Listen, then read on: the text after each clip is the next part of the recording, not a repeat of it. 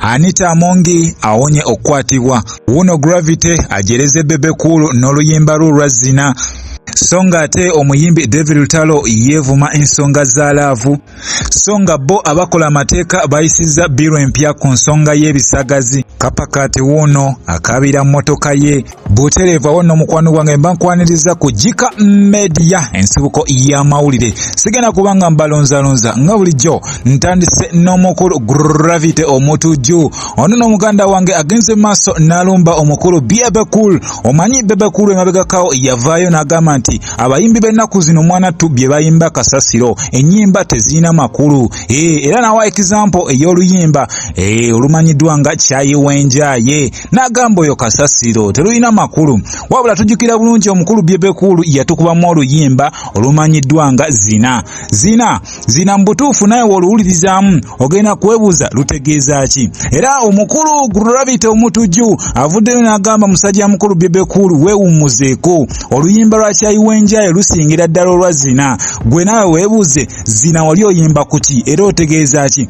era luyamba ki eggwanga gwe lwogamba mbu wayimba. Era ffenna tukimanyi bulungi nti omwaka ogwa 2022 musajja mukulu ono Bebe Cool yavaayo n'agamba nti agenda kubanga mwana tu azimba amayumba era nga gano ajja kuba agagabira abayimbi abakoze obulungi mu mwaka. Wabula yavaayo n'agamba talina music gwalaba era ne award ey'omwaka ogujja ayinza obutagigaba, era nga munnange ensonga gyawa enkulu agamba nti music gwe bakuba asindika baana be ate mu kunywanjaga, n'agamba ekyo tagenda kikola. Era Bebe Cool agamba nti mwana tu atandise n'okumera ekitimatima era nga ayinza n'obutaddamu kubanga ate ayamba ku upcoming yenna, olw'ensonga bavaayo ne bavuma abayimbi abanene nga tebamanyi gye bavudde. Wabula Gravity ye yamugambye musajja mukulu weetereze naawe ennyimba z'okuba tezirina makulu, namwa example y'oluyimba olwa zina.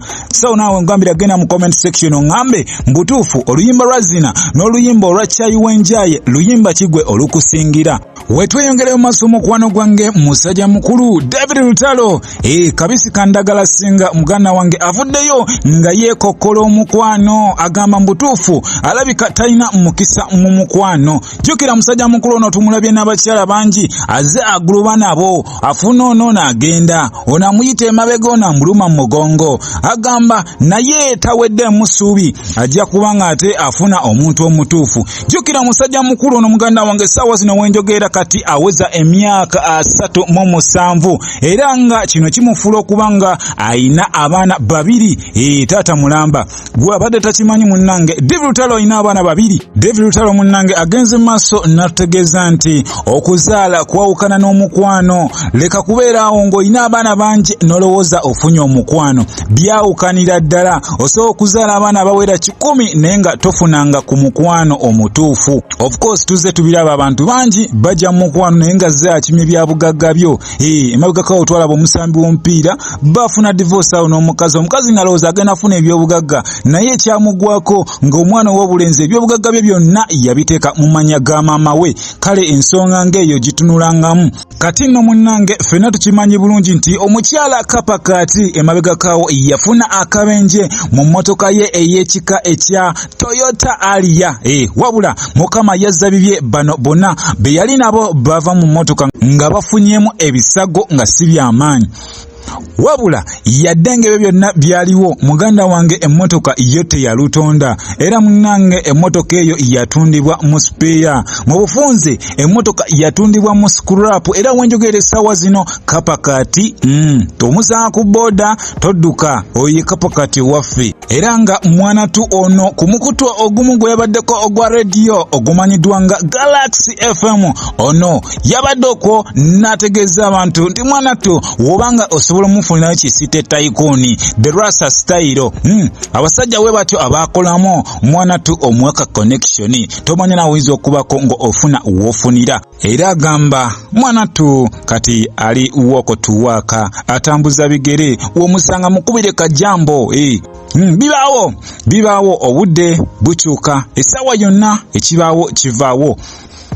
Wetweyongere maaso mukwano gwange emabegakaawo nabategeezaako nga eggwanga erimanyiddwa nga erya USA mwanatu lino lyavaayo omukulu Joe Biden omukulembeze w'eggwanga. Jjukira waliwo enteekateeka bano baagala kuba nga ate basaasaanya ensonga y'ebisagazi baagala gisaasaanya mawanga gonna era nga bano bavaayo mwanatu ne batiisatiisa omukulembeze okukendeeza obuyambi ate mwanatu obujja mu Uganda. Era nakutegeeza nti singa etteeka lino liba ningiddwa mwanatu Uganda ejja kubanga efiirwa bilioni 5 buli mwaka. Sako n'okubanga amakerenda aga ARVs tegakyayingira ggwanga, kitegeeza omuntu okwakisesinga gano ajja kuba alina ageegulira nga omuntu.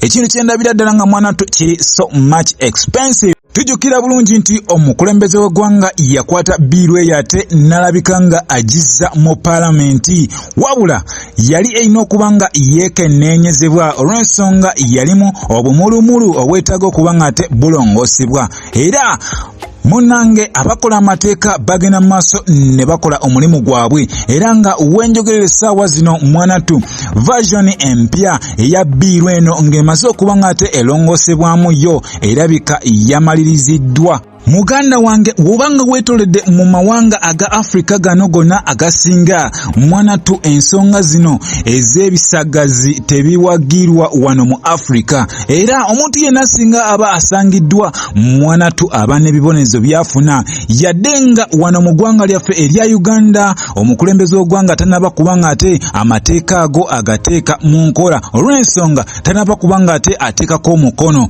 wabula singa gaba gayisibwa mwanatu natandika okukola nga singa oba osangibwa nga oli mu kikolwa ekyo oba nga weenyigira mu mizeejo ez'ebisagazi, muganda wange ogenda kuba nga ate ofuna penalty ku lwekyo. Wabula ffe tusaba busabi Mukama Katonda ate ayambe amawanga gaffe gonna aga Afrika galeme kuba nga ate gasalwako omuze ogwo. Butereevu nkusuubiza mukwano gwange ngenda kuba nga nkutuusaako ebiriwo n'ebigenda okuddako. Gwe weekuumire bwekumize ku Jika Media otambule n'okumanya. Njagala okujjukiza gwe atanaba kuba nga osubscribinga, genda maaso subscribinga, likinga, ogendeko ne mu comment section ate obeeko ky'ogamba.